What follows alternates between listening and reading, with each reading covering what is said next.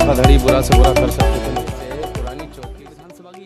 नमस्कार दोस्तों, मैं आपके साथ कवि देवेंद्र शर्मा और आप देख रहे हैं nabsworld.com।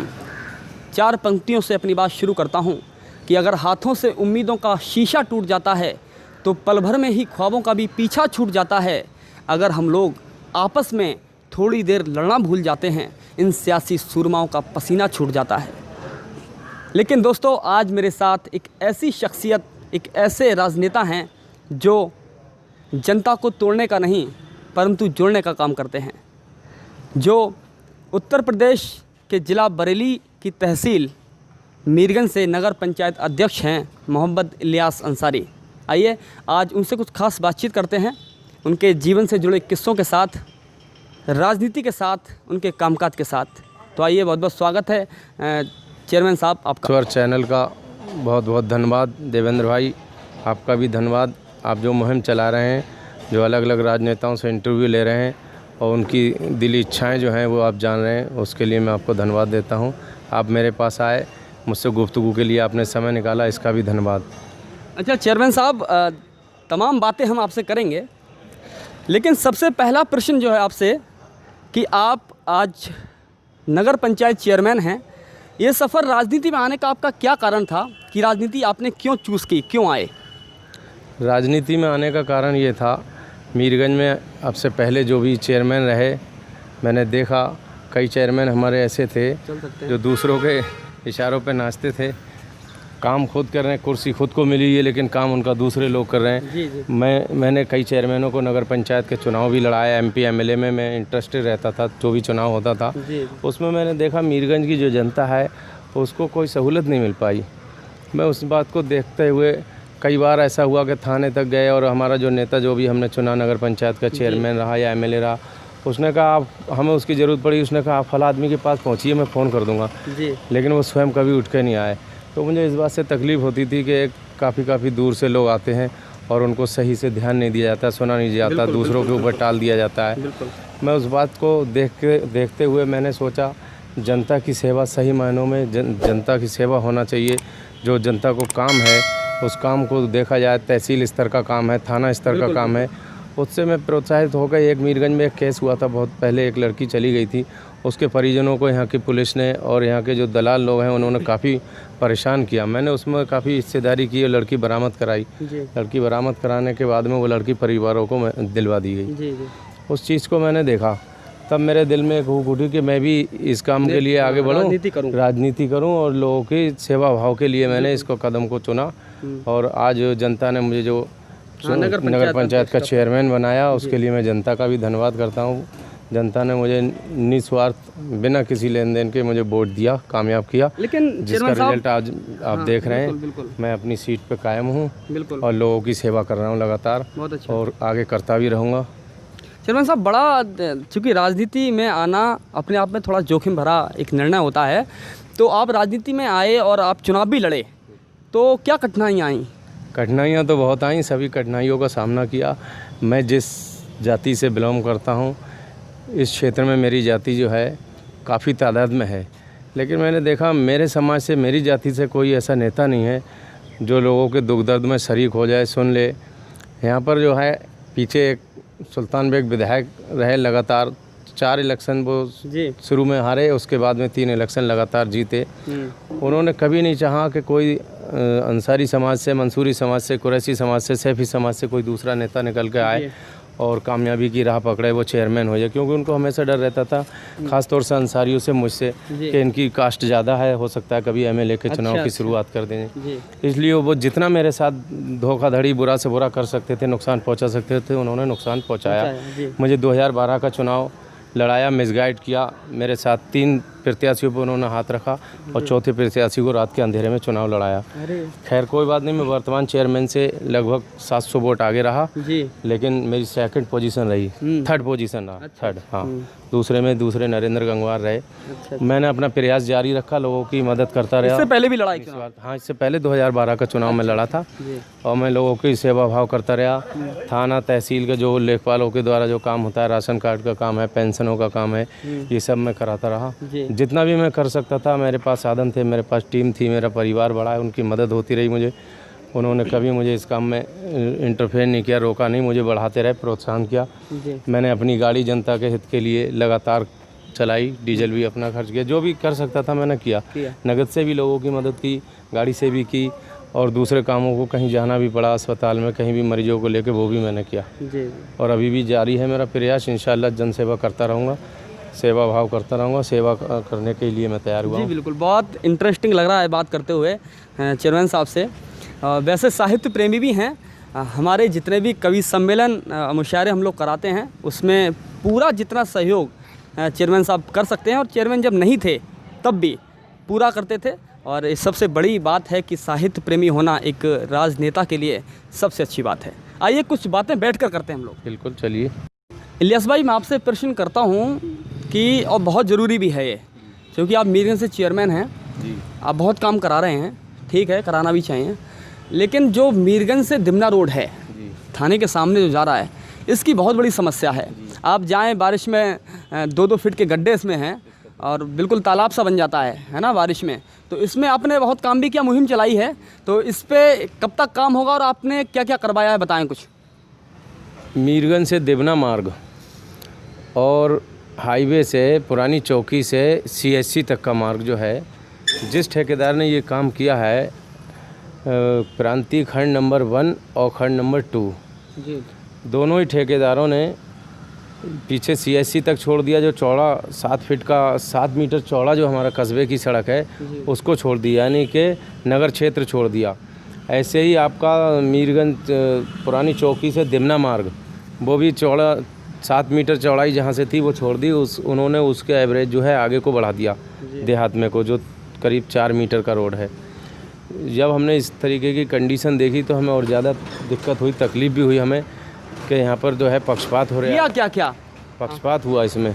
हमने जब इसकी जानकारी ली तो बताया भाई उन्होंने अपना एस्टीमेट के हिसाब से पूरा कर लिया, और अब आगे को अगर हम जो है नहीं कर पाएंगे, दूसरी कंपनी करेगी। हम इसके लिए एक्सीएन से मिले, एक्सीएन ने भी हाथ खड़े कर दिए।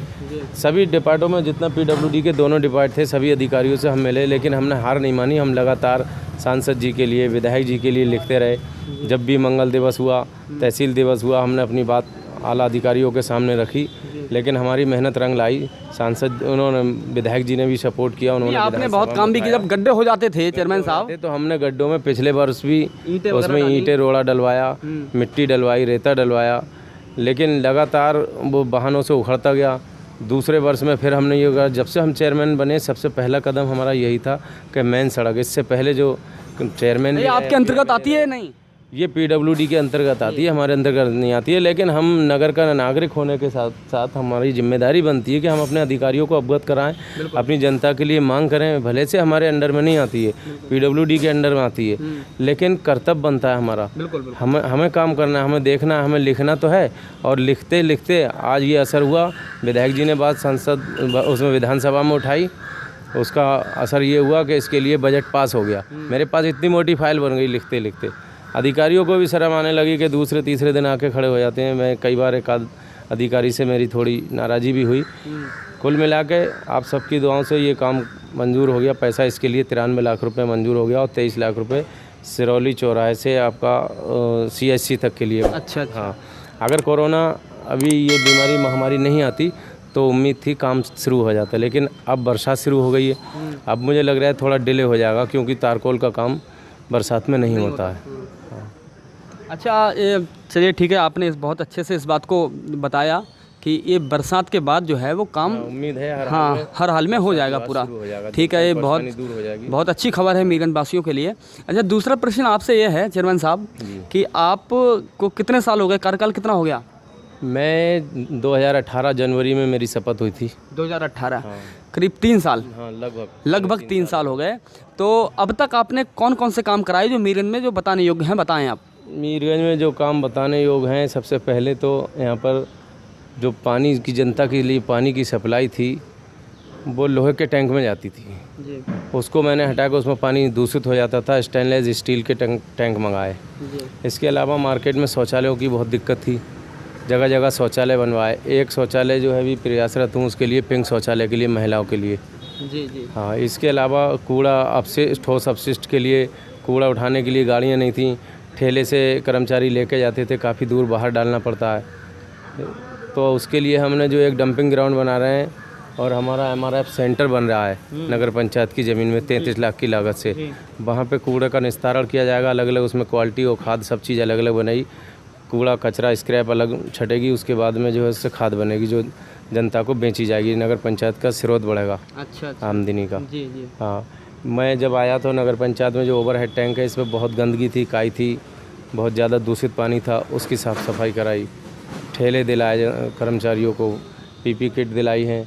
कई तरीके के ऐसे काम हैं जो हमने नगर पंचायत में कराए हैं अपने प्रयास से मेहनत करके, और विधायक जी का सपोर्ट लेके हमने गौशाला का निर्माण कराया, ज़मीन कब्जा मुक्त कराई है। जी जी। कहाँ पर? यहाँ के रेलवे स्टेशन के और हाईवे के बीच में ज़मीन है, वहाँ कुछ दबंग लोगों ने वो प्लाट बेच दिया, उसके साथ साथ उन्होंने उस पर भी कब्जा कर लिया था। कब्जा मुक्त करा के हमने जो है उसमें गौशाला का निर्माण कराया है, जिससे आवारा पशुओं को का संरक्षण हो और लोगों जनता को आवारा जानवरों से बचाया जा सके। तो चेयरमैन साहब, इसके साथ साथ एक काम आप भी ये भी कराएं, मांग भी उठी थी, हम लोग भी कहा था, हम लोगों ने भी, मीरगंज में एक लाइब्रेरी, पुस्तकालय, साहित्यिक पुस्तकालय होना चाहिए। बिल्कुल बिल्कुल, मैं उसके लिए प्रयासरत हूँ। मैं एक 15 अगस्त के मौके पे एक जगह उसकी घोषणा भी कर चुका हूँ और इंशाअल्लाह उस काम को मैं जल्द ही पूर्ण कराऊँगा।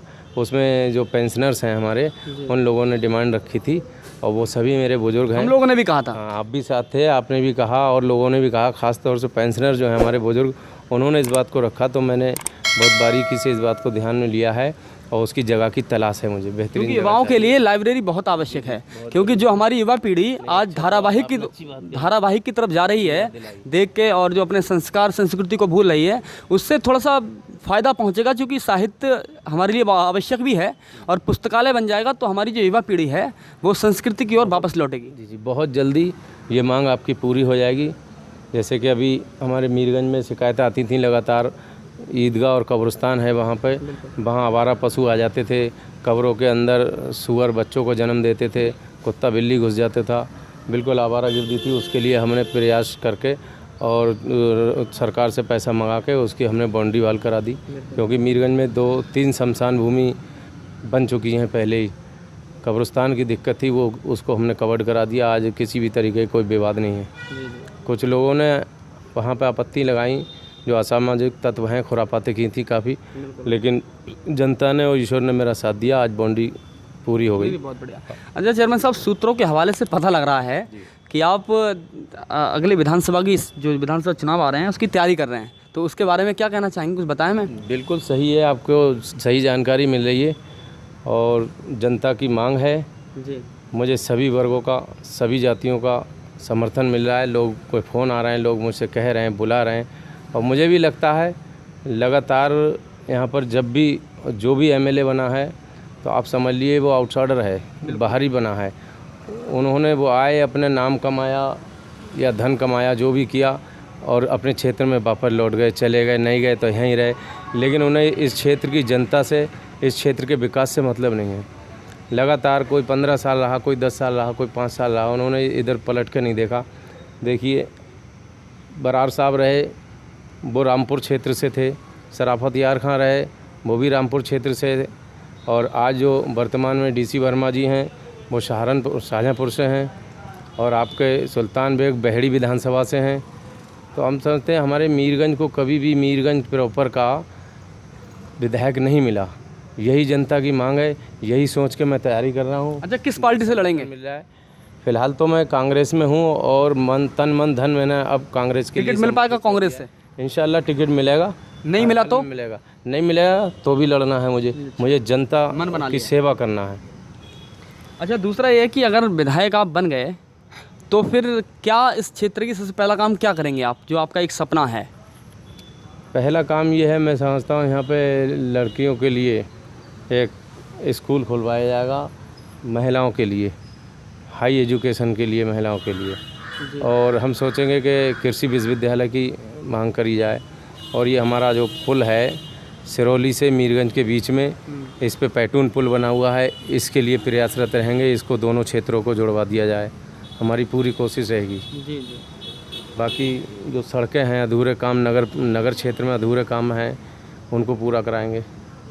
चलते चलते अंतिम प्रश्न की ओर चलते हैं। चेयरमैन साहब, ये बताइए कि हमारा चूँकि खास कार्यक्रम पंचायत चुनाव पर चर्चा चल रहा है, तो पंचायत चुनाव चूँकि आने वाले हैं, तो इस पे आप क्या कहना चाहेंगे? क्या भूमिका है आपकी इस पंचायत चुनाव में? पंचायत चुनाव में देखो, अगर पार्टी का निर्देश होगा, जैसे कि अभी जिला पंचायत चुनाव होने हैं, इसमें भी हम अपने सभी वार्डों में जो है जिला अध्यक्ष का आदेश है और माननीय आपका जो है प्रदेश अध्यक्ष का निर्देश है, उसके हिसाब से सभी वार्डों में हम अपने प्रत्याशी उतरवाएंगे और उनको तन मन धन से चुनाव लड़ाएंगे। फुल सपोर्ट करेगी कांग्रेस। आज हम कांग्रेस में हैं, कांग्रेस के साथ हैं, कांग्रेस के लिए लड़ रहे हैं। बहन प्रियंका दीदी भी लड़ रही हैं, वो भी मेहनत कर रही हैं। अजय कुमार लल्लू जी भी मेहनत कर रहे हैं और मेहनत रंग ला रही है। मिर्जा अशफाक सकलैनी जी हमारे साथ हैं और उम्मीद रखिए हर हाल में हमारा टिकट होना है कांग्रेस से और हम तन मन धन से बहुत बेहतरीन तरीके से चुनाव लड़ेंगे। हमारे साथ जनता है और हमें जो मार्गदर्शन मिल रहा है, आप समझिए चुनाव देखने लायक होगा। नहीं, बिल्कुल, बहुत अच्छा, आपसे बातचीत करके बहुत अच्छा लगा। मैं चलते चलते चार पंक्तियाँ आपको सुनाता हूँ और विदा चाहता हूँ कि ईर्ष्या, क्रोध, नफ़रत से जो निष्दिन दूर रहते हैं, मोहब्बत नेह करने में सदा मगरूर रहते हैं, जो अपनी ज़िंदगी खुद की औरों को जिया करते, जहाँ में लोग ऐसे भी बहुत मशहूर होते हैं। धन्यवाद दोस्तों, आप देखते रहिए हमारा खास कार्यक्रम पंचायत चुनाव पर चर्चा। अगली वीडियो में दोबारा किसी नई शख्सियत से हम आपको मिलवाएंगे। तब तक के लिए